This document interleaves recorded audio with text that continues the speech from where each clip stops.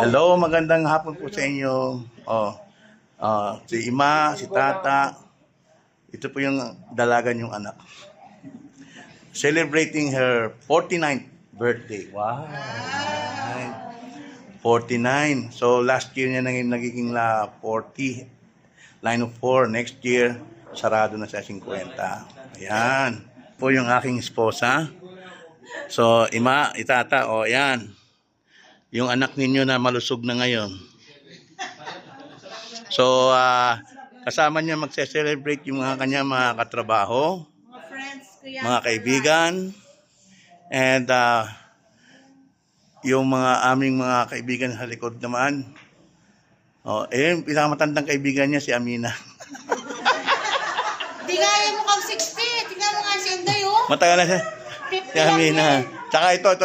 Mga matagal na sa Faisal. Salamat. At salamat pa. Mga al-salamat. Hindi sinabi siya taking Faisal na yun. Faisal pa. Ayan. So, nanay, 49 ka na.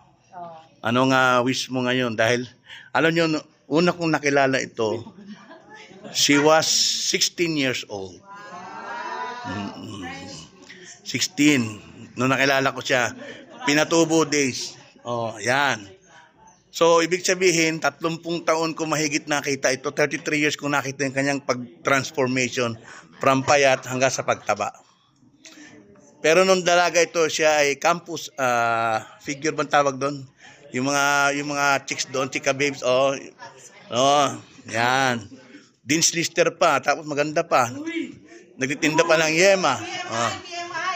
Yan. So, nanay, greet ka na. Ano masabi mo sa birthday mo? Di, padala ko sa nanay niya ito. Baka sabihin ng ginan ko eh. Tatay naman, ganyan. Sige. Ito naman eh. Sige, ano na. Wala namang... Siyempre, salamat ka sa kanila. Di naman ako public eh. Hindi Hindi ako marunong magsalita sa ganyan. Kabing.